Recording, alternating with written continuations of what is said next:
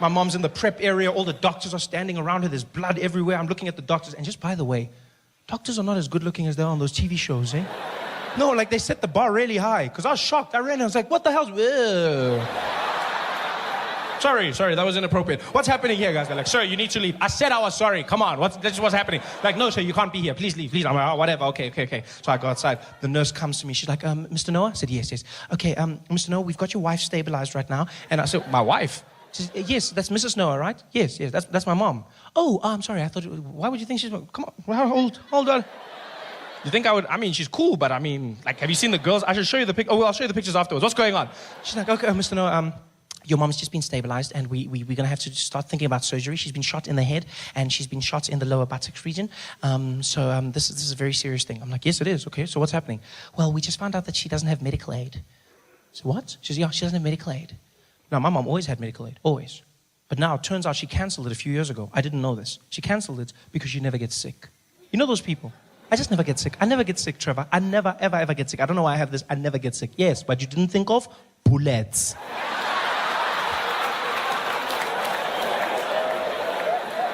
Now she's in the hospital, no medical aid. So I said to the nurse, well, what does this mean? She says, well, Mr. Noah, it means we're going to have to put her back in the ambulance and send her to a public hospital. So, but she's bleeding now. You can't say. She says, I'm sorry, sir. That's all we can do. She has to go to a public hospital. Now I'm panicking. Public hospital? Normally a good place to go. Normally, you know. But now what's happening is there's just misadministration of funds. Like money's going missing. You don't know what's happening. They don't have the right equipment. Now I'm picturing guys trying to fix my mom. There's the doctor. Give me a scalpel. We got a spare now. Okay, bring it. At least it's a shifting. Okay, let's try something. I'm stressed. So I say, well, what do we do without medical aid? She says, well, there's nothing, sir. I said, well, what if I give you the money? She says, well, you don't know how much it'll cost, so you can't, unless you give us your card, and then we just work from there. So we'll take my card. Here's my credit card. She goes, sir, it can get very expensive. I said, this is my mom. This is my mom. Use the money. Go. She goes, like, you can tell me it's expensive. This is my mother we're talking about, you know? I realized through all of this, I've just neglected my brother. He's been standing there the whole time with his big eyes. So I'm like, hey, Isaac. Hey, Isaac. What's on your mind, man? You okay, big boy? He's like, Trevor? Yes. Can I come to your house and play PlayStation later today? How are you going to ask me about PlayStation? Your mom has just been shot. You can't be asking me about what the hell is wrong with you, stupid child. You know what? You're never going to play PlayStation ever again. Ever. No play PlayStation for you ever in your life. Ever. Go away. Go sit down and think about what you just... PlayStation, you're going to ask me. How the hell is going to ask me about PlayStation? The nurse comes back. She goes, okay, Mr. Noah, we just used 900 Rand for some blood tests. I'm like, okay, why are you telling me this? Yeah, because it's 900. This is my mom. Use the money. Go. She goes away. I'm like, 900 Rand. How are you going to tell me about that? She comes back again. She's like, Mr. Noah, we need 2,000 Rand for some x-rays. This is my mom, not a pair of jeans. Use the money. Go. She goes away. I'm like, this is my mom's going to die. Asking me questions here. Busy asking me, my mom's going to die. My mom's going to die. That's all I'm saying. And I say it. My brother hears me. He starts crying. I'm like, Isaac, I'm sorry. Are you okay? He says, I'm not okay. You said I'm never going to play PlayStation ever in my life. And I want to play Need for Speed, and now I can't play PlayStation. I'm like, you're still crying about play? You have no right to cry. You hear me? You shut up. Stop crying. You can't cry about this. You shut up. Now some woman comes out. She knows my mom's been shot. Now she thinks I'm telling my brother not to cry about my mom. She just gets involved. She's like, hey, you let him cry, okay? You let him cry. Some people express their pain in different ways. You let him cry. I'm like, I will not let him cry, lady. I will not let him cry. Many kids grow up without one, okay? It's just none of it is fine.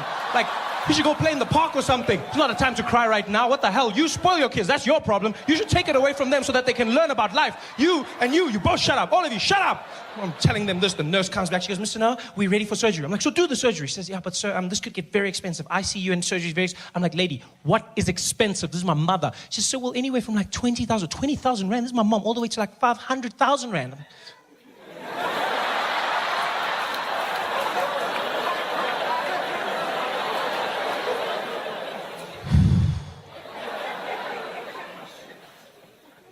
Yo, but she's lived, eh?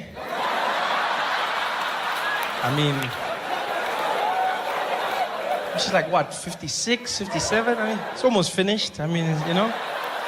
Even she says she's old, you know? And you said the bullets in the head, and head, it's finished. Yeah, because now we need to pay for the funeral, and we need to buy scones for everybody, and this guy needs a PlayStation, you know? So, I don't know if... She's like, sir, we need the go-ahead, otherwise we can't do anything. I said, okay, well, use the card, just use the card. We'll handle the debt. She goes away. I'm stressed. Because I've seen this happen to people.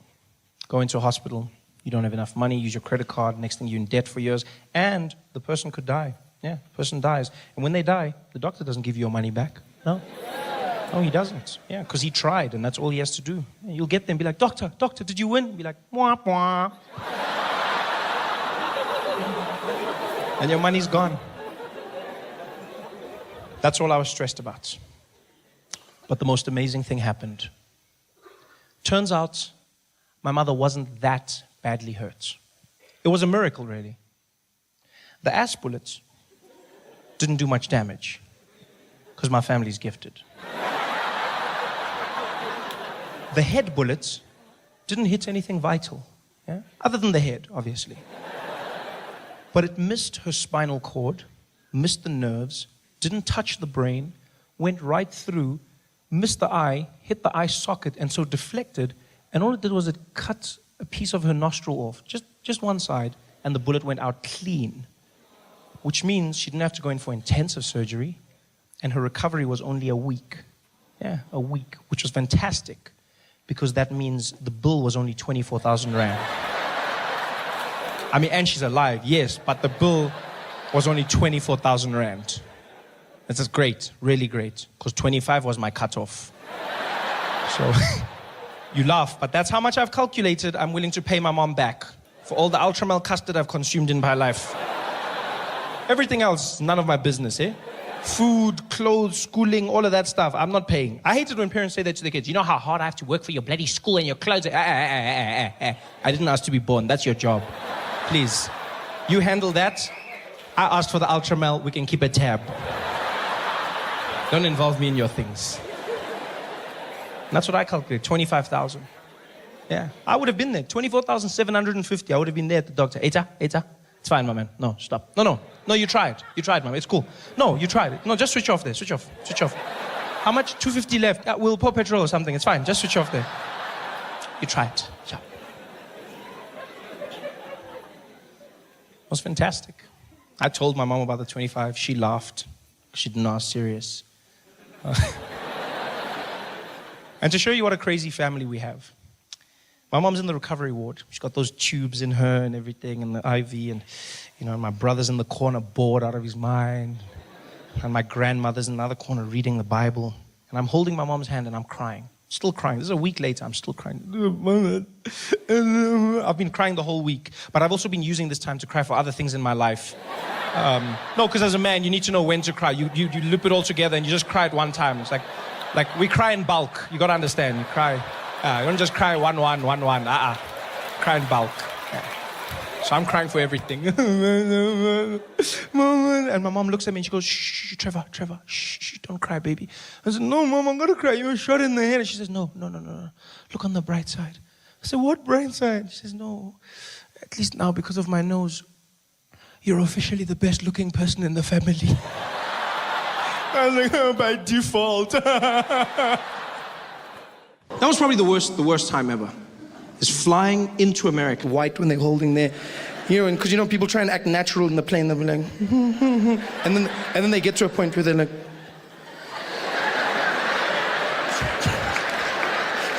when that point comes, and everyone is panicking, except the air hostesses. They're amazing. I love how they do it, Like you'll hit the turbulence, and be like, things are falling, the bags are hitting the sides of the compartments. People are panicking, and except they just move through naturally. It's freaky. It's almost like their lower half is not connected to the upper body, because they'll just carry on. They'll be like, yes, you guys. Would you guys like some coffee? Yeah. Okay. There you go. Be careful. It's hot. Thank you. All right then. Anything for you, sir? Yeah. Okay. Okay, then.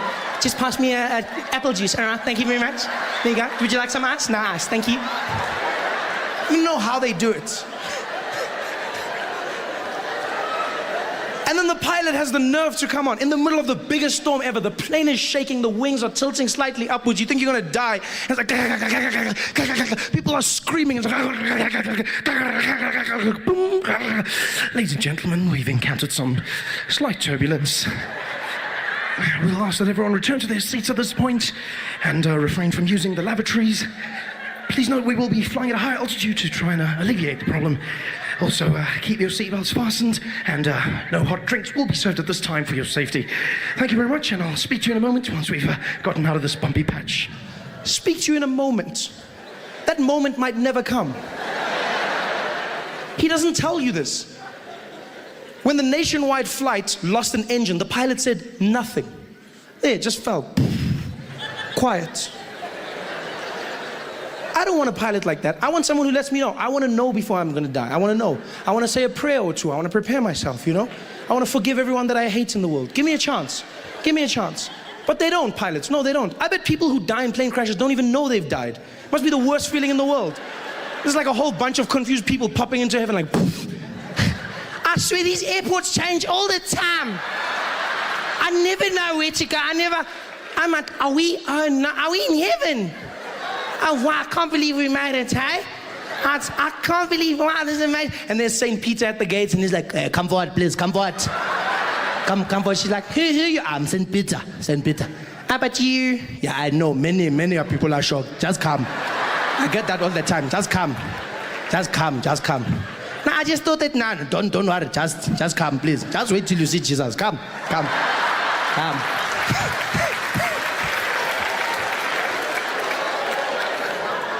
I don't want that. I want someone to let me know when I'm going to die. Like taxi drivers. There's no person who dies in a taxi not knowing that they've died.